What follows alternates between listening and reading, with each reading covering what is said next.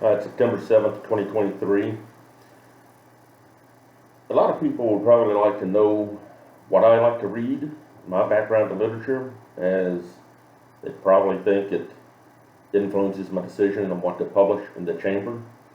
And it does to some degree, but I like a lot of things. I like new things. I'm very eclectic in my taste. And what I've read in the past may bear very little resemblance to what I like to publish in the chamber, because I like anything that's just new, exciting. It's hard to really describe what I want to publish or what I'm looking for, except in the broadest terms. Um, it's it's like someone said, the genre is not important because all stories are ultimately about people. And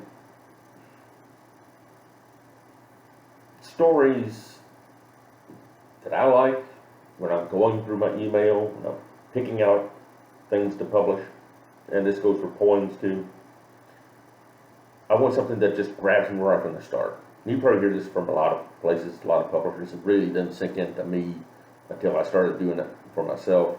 But you want something that you just see that first paragraph and it just grabs you and you can't put the thing down. You just keep going on wondering what's next, what's next, what's next. And there's not many books or anything, one of the stories that do that. I think the last time I read a book like that was when I read Jurassic Park back over 20 years ago.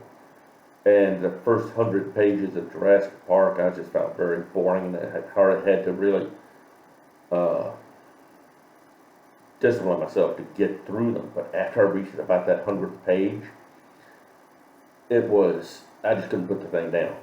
And I just read almost the entire entire remainder of it in one night. And it was just so captivating and so kept you right on edge during the entire thing. I wanted to get really, I, I want to get lost in a story.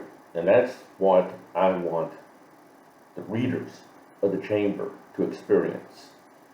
I think with literature or with any story, whether it's a book, whether it's a movie,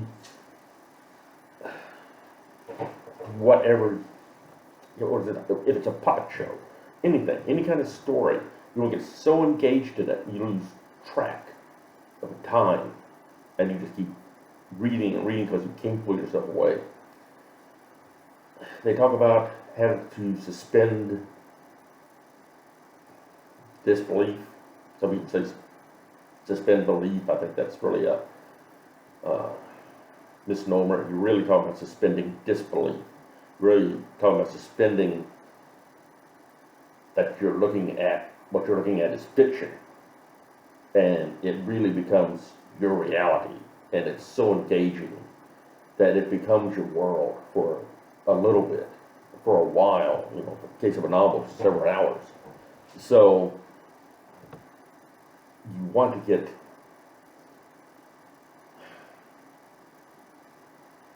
as a publisher, I want the readers to experience, I want them to live it.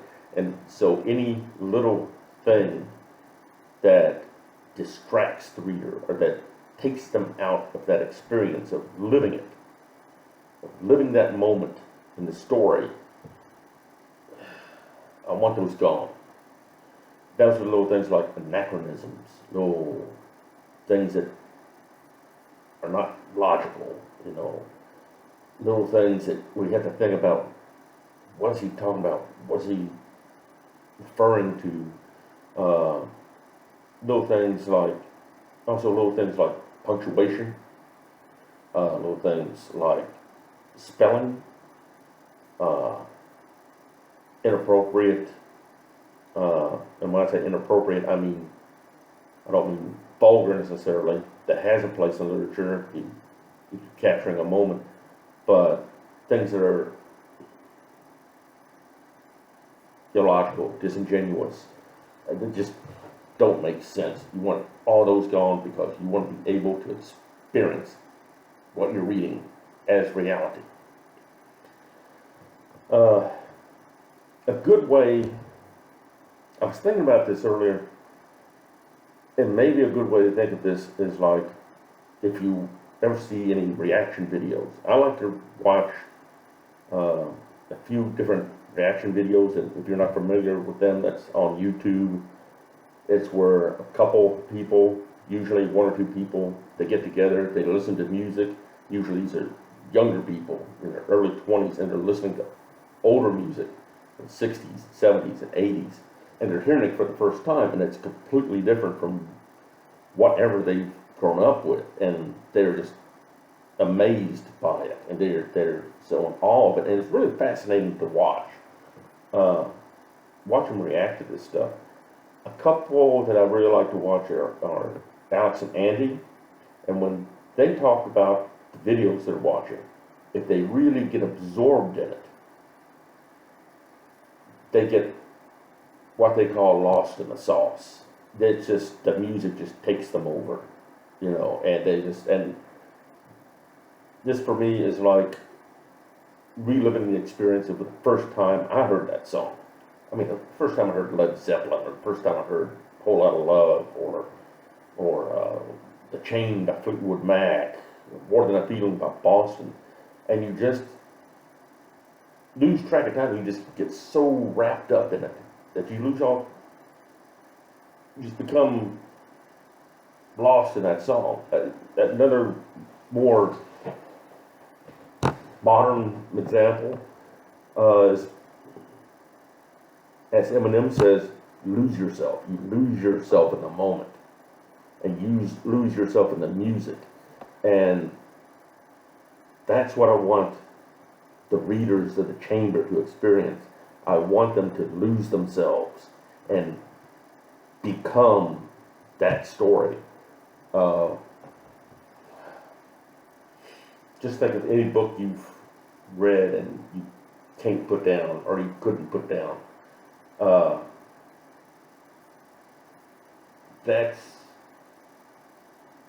That's what I want the readers to experience, and that's what I'm shooting for. And as far as genre, style, anything, it doesn't matter so long as the reader, so long as the reader can just forget where they are. It's like meditation. If you've ever meditated, and you have meditated to any extent, you can get lost in it, and you will lose track of time, and what seems like a few minutes when you come out of it will actually have been several hours. And that's what I'm shooting for. And the only way I really know that is by reading the story. A lot of publishers, as I understand it, they don't bother to read the story. They look at the writer's credentials. They say, "Oh, this is good. It's well known. We can publish them." But even good writers write crappy stuff now and then. And I think it's not doing the reader any justice. It's not doing the reader any good. You're not doing a good reputation. You're a publisher and you're not reading the stuff that goes into your magazine. It's just, say it's cheating is an understatement. It's just, to me, very unprofessional and shows a certain lack of integrity.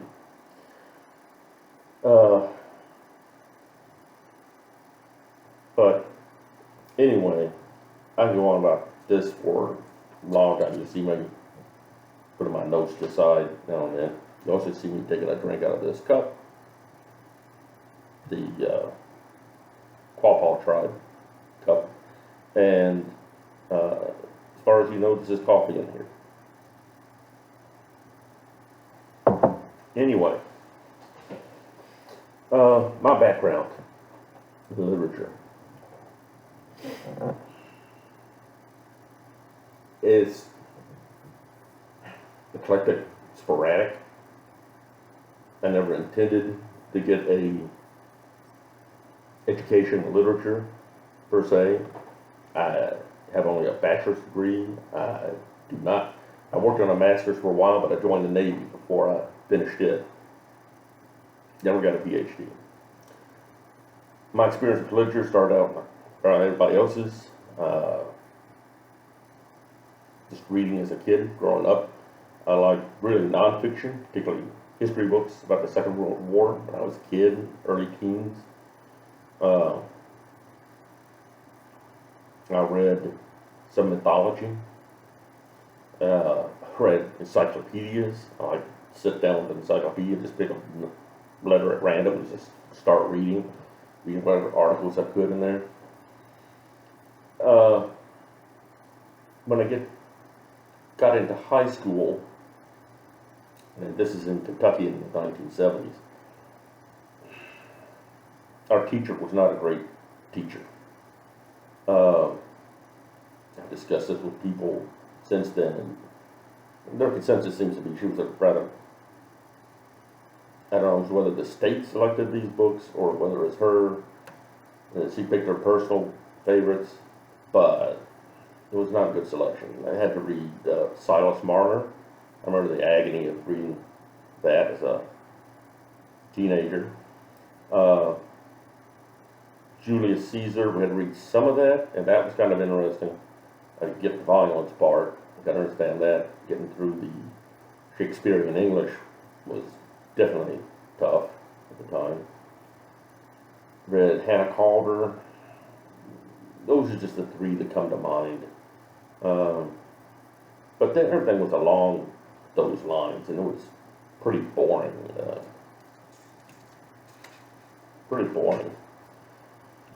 Got into college.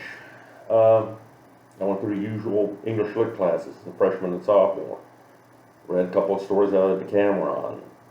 Read Lysistrata. I probably read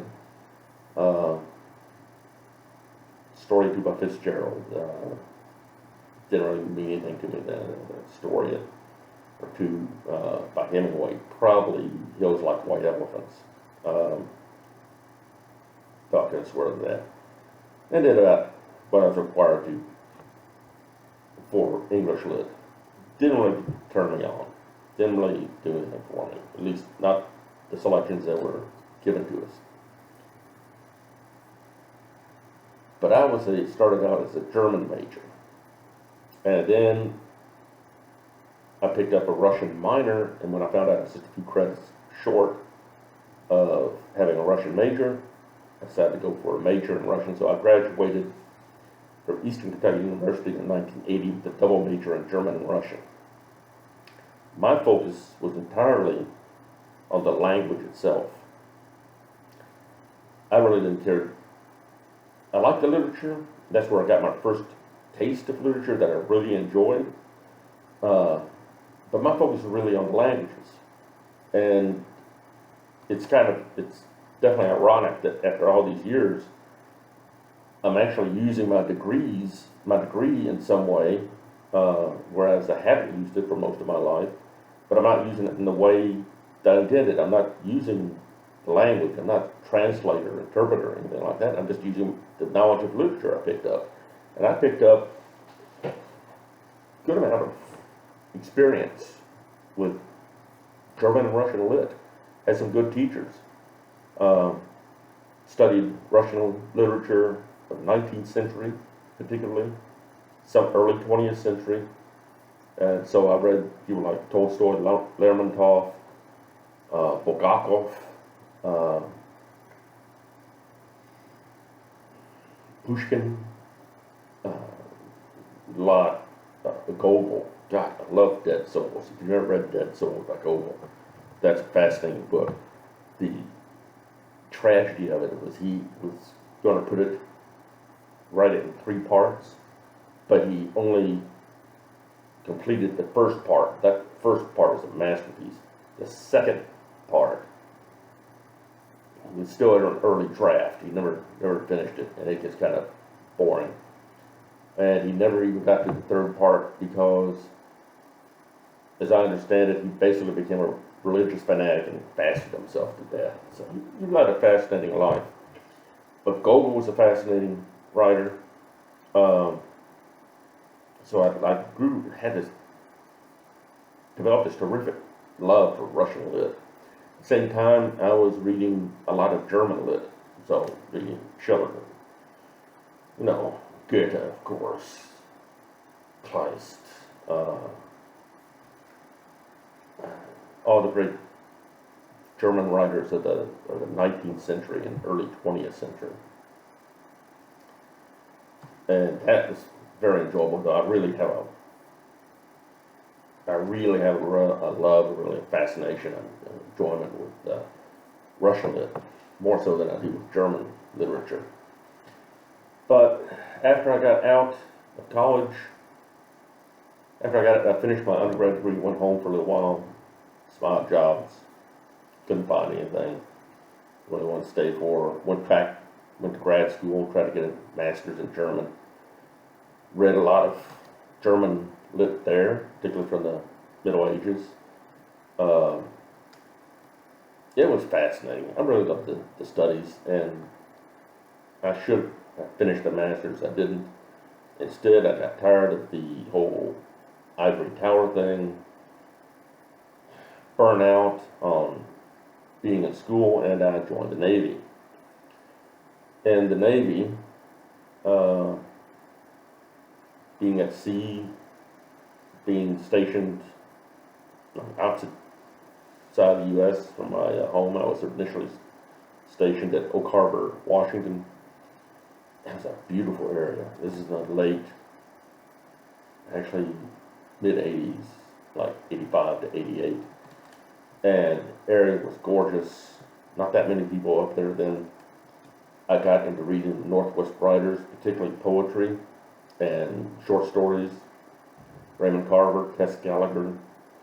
I just developed a great love for poetry. I read every modern poet I could. Started reading poets from the earlier on, like E.E. Cummings. I can't think of, there were so many, I can't think of, I can't list them all right now. But I tried to read as much poetry as I could. And then I wrote some poetry, had some of that published. Really wasn't into writing at that point. I had never been into writing at that point. That's where I started writing. First time was at poetry. And then later on, when I transferred from that station to Washington, D.C., I was still into poetry, but I was also getting into short fiction. And I heard about Hemingway, kept running to his name, but I never really read any of this stuff except for maybe a story or two in college. And so I started exploring Hemingway, and I fell in love with his writing. I love Hemingway's writing. And from him, of course, I started exploring his contemporaries, like Fitzgerald. I really love Fitzgerald's writing. The Great Gatsby is a great novel. And so my love for poetry gradually morphed into a love for prose and for great writers. I read as much as I could in my off hours. I really explored American and English lit during those years.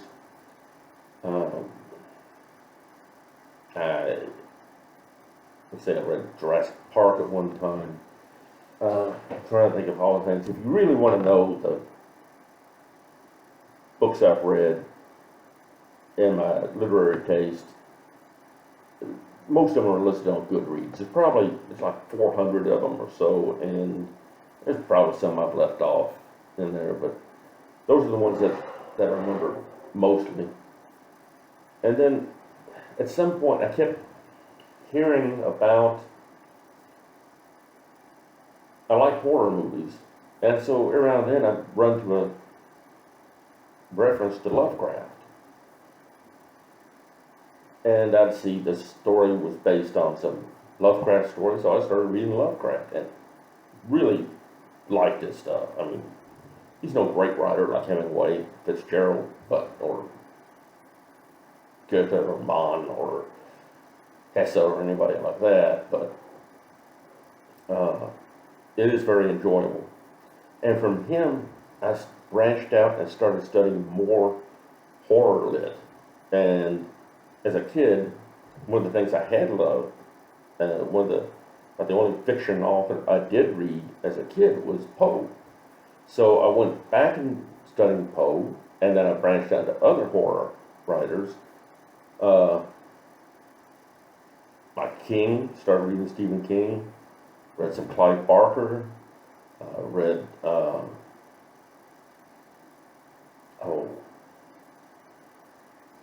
I'm trying to think.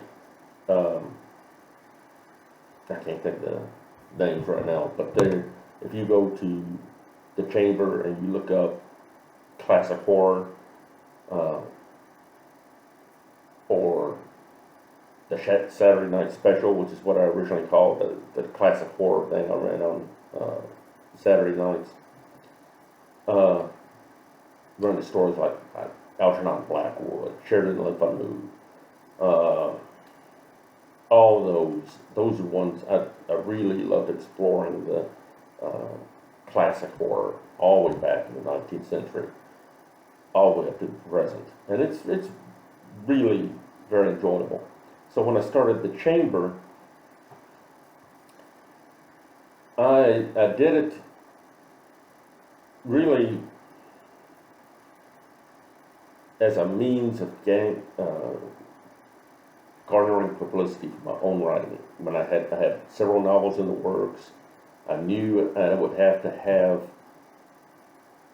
some kind of, there's either like writers when they start out, either they start as unknown and they become known for the quality of their writing, which takes 20 or 30 years, or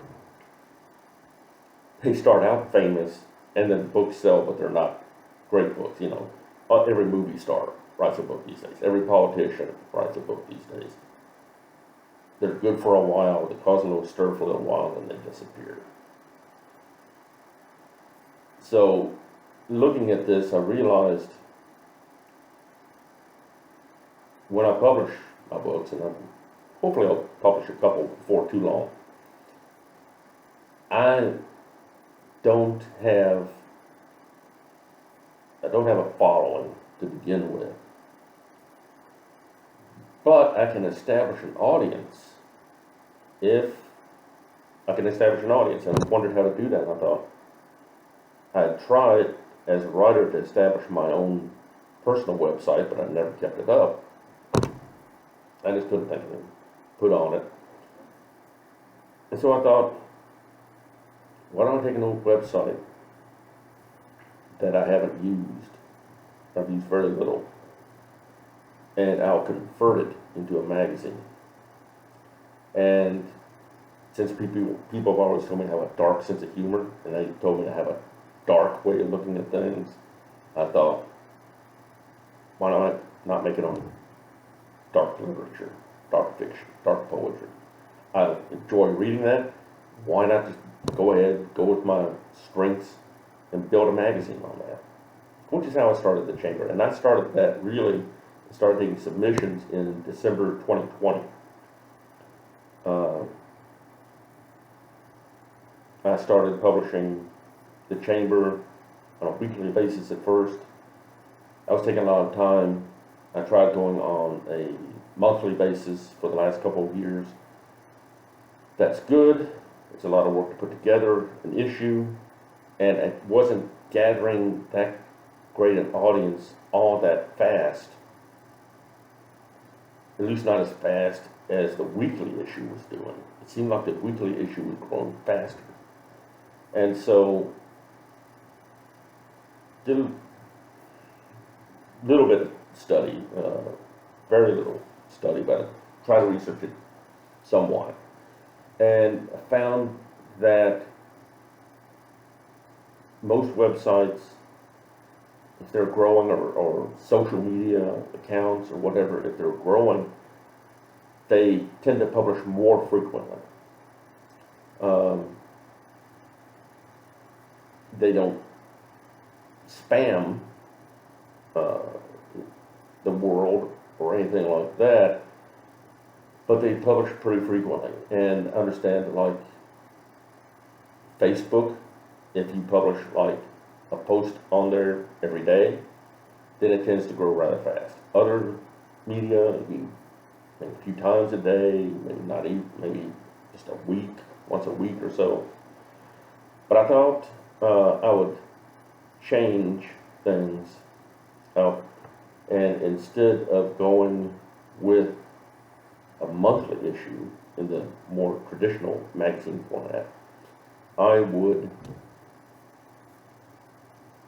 try to modernize it. So I changed the format, and when I did that, I had to look at what do the most successful online magazines do. I don't have money to hire someone to design the website. It would take years to study it. The best thing I can do is just go look at the websites for some of the most famous and well-known literary magazines of today, and what websites that just do well in general. And if you look at the New Yorker, the Atlantic, or you even go to news websites like CNN, and you see they have sort of a common format, which is they have basically 4 columns going across, and they have a great variety there, and it enables and then they have major departments at the top of the website, what they call the upper half, like a newspaper. You have the title at the top and departments underneath. At the bottom, very bottom, they have all the more detailed directions, more detailed contents down at the bottom, and all the administrative stuff. So that's how I redesigned the chambers to go along with that. It seems to be doing pretty well right now. And so what I'm doing with the chamber is I'm publishing daily. Now, I know I'm inconsistent, and I know I'm not going to make promises I can't keep, so I'm going to publish daily for as long as I can, but sometimes I'll have to take a break. I may not be able to make it every day, so there may be a gap here and there, but as much as possible, I'm going to publish something, even if it's just a short poem or a bit of microfiction in a poem or something. Try to do that every day. And it seems to be gradually growing, seems to be having a good effect right now. And so I'm hoping to continue that. And I'm finding that I can take some of that time and I can get several days ahead, and that gives me more time to work on my own writing, and I can also use some of that time to continue building out into the future, and getting well ahead. Maybe if I get a month ahead, I won't have to touch the magazine again for like a month. But that's what I'm doing now, and this is all I'm not very disciplined when it comes to this. Very subjective. That may be the creative part of me coming out. But that's how it stands for right now. And I just thought y'all might like that little bit of background on me. And like I said, that may be in more of the way of trivia or esoterica. Because as you see, if you read the chamber, I'm not publishing stuff like Fitzgerald and Hemingway. I'm publishing more stuff like Poe, King, Lovecraft, more darker stuff, more toward horror, but not just horror. It can be anything with a dark tinge. It can be fantasy, it can be science fiction, it can be mainstream, it can be cyberpunk, it can be anything at all, as long as it's got that dark tinge. It has to have that common thread. And by dark, that's a very subjective term. On the About page of the website, I go into a little bit about what I consider dark literature. And so it's probably best just to read that for an explanation. It's just a feeling I get. And sometimes I look at stuff and like, yeah, this is dark. This is definitely dark. And other times I look at like something and I'm like, no, it's not quite dark enough. It's still very subjective. When I select stories, like I say, I look for stuff that grabs me, and it doesn't matter whatever the gender is, or I'm sorry, not gender, whatever the little Freudian slip there, whatever the genre is.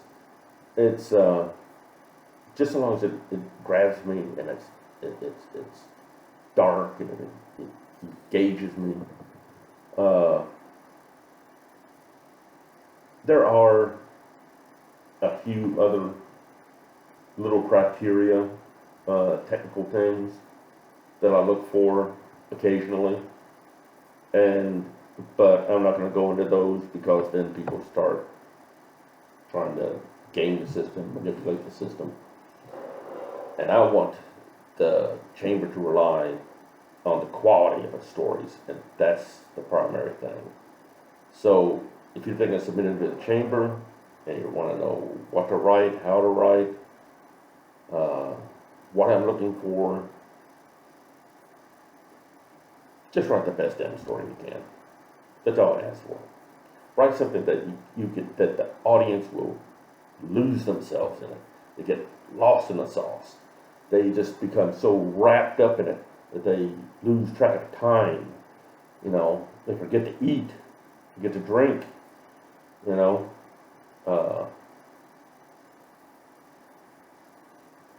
those are the kind of, that's really the aim. I want to be able to transport that audience to a new world, you know, with every story, and just get everybody to just, as the Eminem song goes, just lose themselves in the moment. So, anyway, that's all I'm going to say now. I've already gone on long enough, and I'll do another one of these videos when the spirit moves me. So, that's all I have for tonight. Thanks for your time. Have a good evening.